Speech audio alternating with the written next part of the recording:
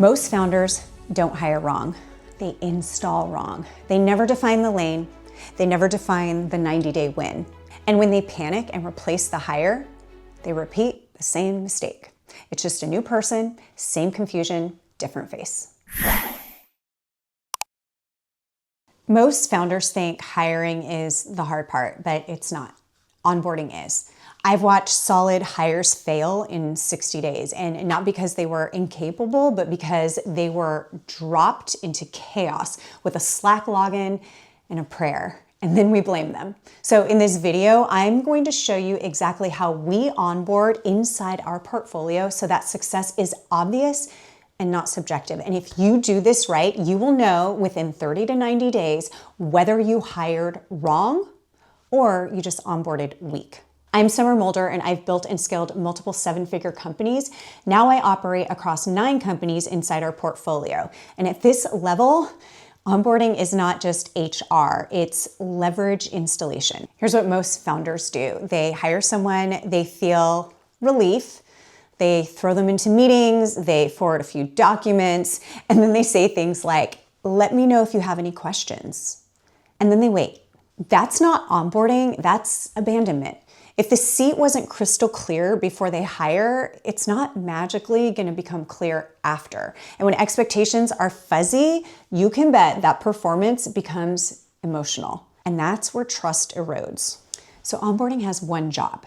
Make success impossible to misunderstand. Not motivational, not inspirational, clear. If the person cannot answer these 3 things by week 1, you onboarded wrong. What do I own?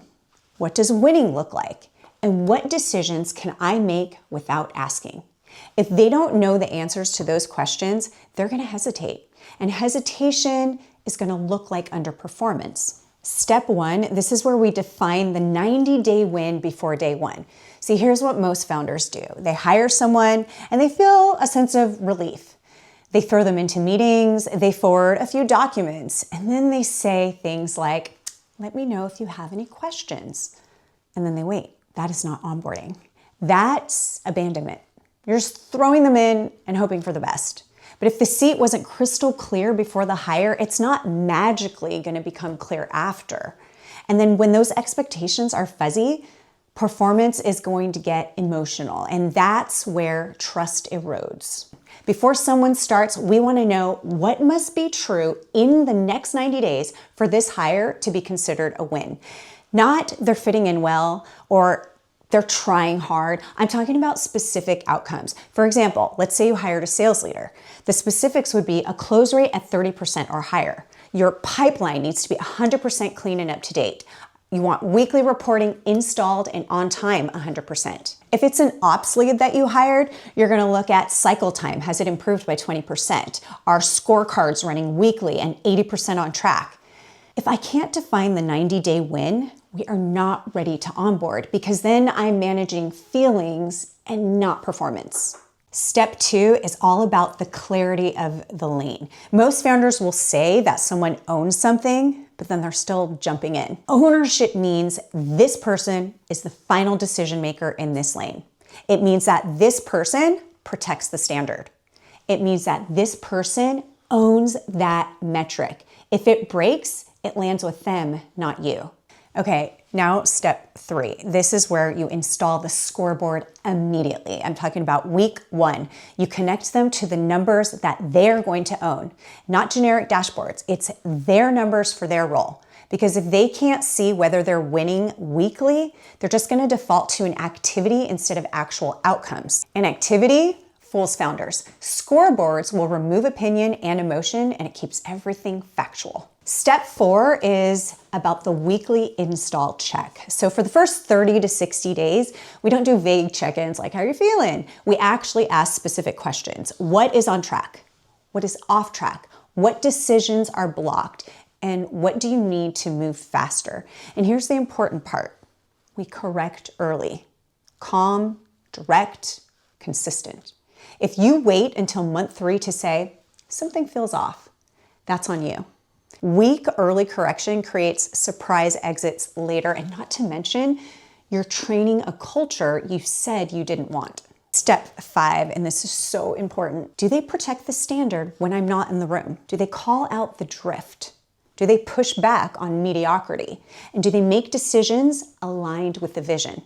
If yes, you hired leverage. If no, you hired assistance. And those are very different. Most founders don't hire wrong. They install wrong. They never define the lane.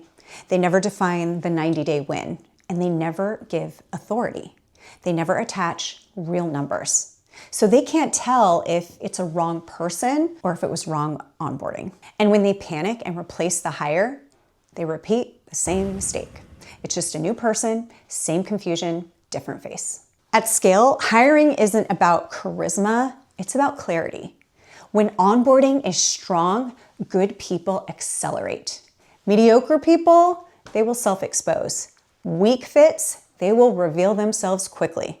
See, clarity speeds truth, and truth is leverage. If you haven't watched the previous video on how to know when to hire and how to define the seat, start there, because onboarding only works if the seat was clear in the first place. Otherwise, you're installing structure on top of confusion. Hiring doesn't create freedom. Clear ownership does. Defined outcomes do. Scoreboards do. Authority does. Onboarding is where founder dependency either decreases or quietly gets reinforced. And if this was helpful, subscribe, because I've got a whole bunch more like this. I'm documenting exactly how we scale companies in real time. The installs, the decisions, the leverage. Next, I'll show you how to know when a hire should be upgraded versus coached. That's another place founders lose years.